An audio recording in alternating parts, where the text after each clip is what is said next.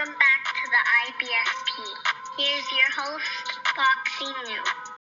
Tim Bradley says Canelo Alvarez is ducking Demetrius Andrade. Look, let's break it down honestly and objectively as possible. And obviously, Tim Bradley, a Canelo Alvarez hater, has come out and said that Demetrius Andrade is being avoided by Canelo Alvarez. He basically states in his statement that Canelo ducked Demetrius Andrade by rejecting $40 million to fight him and instead choosing to fight Sergey Kovalev, which he said was an easier fight for $35 million. Now, that makes no sense to me because we don't even know if there was an actual $40 million offer, for one. For two, Canelo Alvarez has already stated many times and times again, he does not fight for money, he fights for legacy. So just clear that up right now. But think about it. We don't know if this $40 million offer was real or not because Canelo Alvarez in 2021, 3 years after the fact, he was actually offered his highest guaranteed purse against Caleb Plant for $40 million. So how did that Demetrius Andrade offer ever happen? It doesn't make any sense. It sounds like a damn lie. But regardless of that, Canelo Alvarez, according to what they're saying, Demetrius Andrade, Tim Bradley, he took a harder fight in Sergey Kovalev because Canelo Alvarez is not a natural light heavyweight. He's 5'8", so moving up to 175 fighting a bigger, stronger, heavier fighter is somehow a duck? That doesn't make any sense. Canelo Alvarez has all the disadvantages at a weight he does not belong, and he was fighting there for the very first time in his career. What are we talking about? But you want to call that a duck? And that was a history-making fight. Think about it like this. Canelo Alvarez had already been stripped of the IBF belt at 160 pounds. So him moving up to 175 was to make history. You notice when he beat Sergey Kovalev, he made history as one of the only Mexican fighters to become a 4-weight world champion. So that really shows you how great and history-making that fight was, and it was a massive risk for Canelo Alvarez.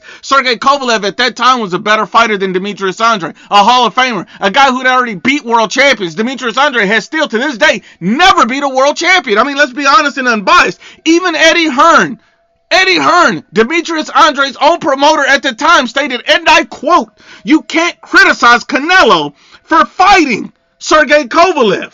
He just beat Danny Jacobs, and he wants a tough fight against Sergey Kovalev." He said you can't criticize it. But people are calling it a duck. It simply doesn't make any sense. It makes no sense. And if the fight was so easy, if it was a duck, because you're really comparing who's a better fighter at the time, it had to be Sergey Kovalev. I mean, the guy was a Hall of Famer, accomplished, had already proven himself at the elite level. Demetrius Andrade had only fought journeyman his whole career. I mean, let's be honest. Not only that, Canelo Alvarez won 2019 Fighter of the Year from ESPN for fighting Danny Jacobs and Sergey Kovalev in 2019 back-to-back. So that means you fought and took on much greater risks that year than you would have with a Demetrius Andrade. What are we talking about? Canelo is not a natural light heavyweight. People think this guy's supposed to be fighting at 175. He's not even supposed to be fighting at 168. The guy's undersized against everybody he fights. That was a ridiculous move, one hell of a risk, and he should be getting respect instead of hate for it. But what's also funny is, this is why Tim Bradley's a hater,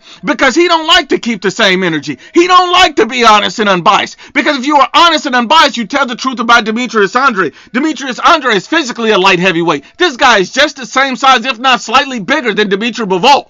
But you don't say that this guy needs to be a light heavyweight fighting Sergey Kovalev, Dimitri Bivol. You're not keeping that same energy. I mean, let's just be honest. And this is a guy who backed out of a Jermell Charlo fight after he had already signed. That's a duck. But not one time has Tim Bradley ever mentioned that. This is a guy who threw his belt in the trash and tried to fight Chris Eubank and then went on to fight Damon Nicholson. That's a duck to run from Janabek. This is the same guy who said, oh, Idris Landilada's a boring fighter. He don't like his style. That's a duck. He always looks for excuses and reasons not to fight these guys. But you don't ever want to bring up his resume. You don't want to ever bring up these ducks. Keep the same damn energy. Because men lie, women lie, but the facts don't lie.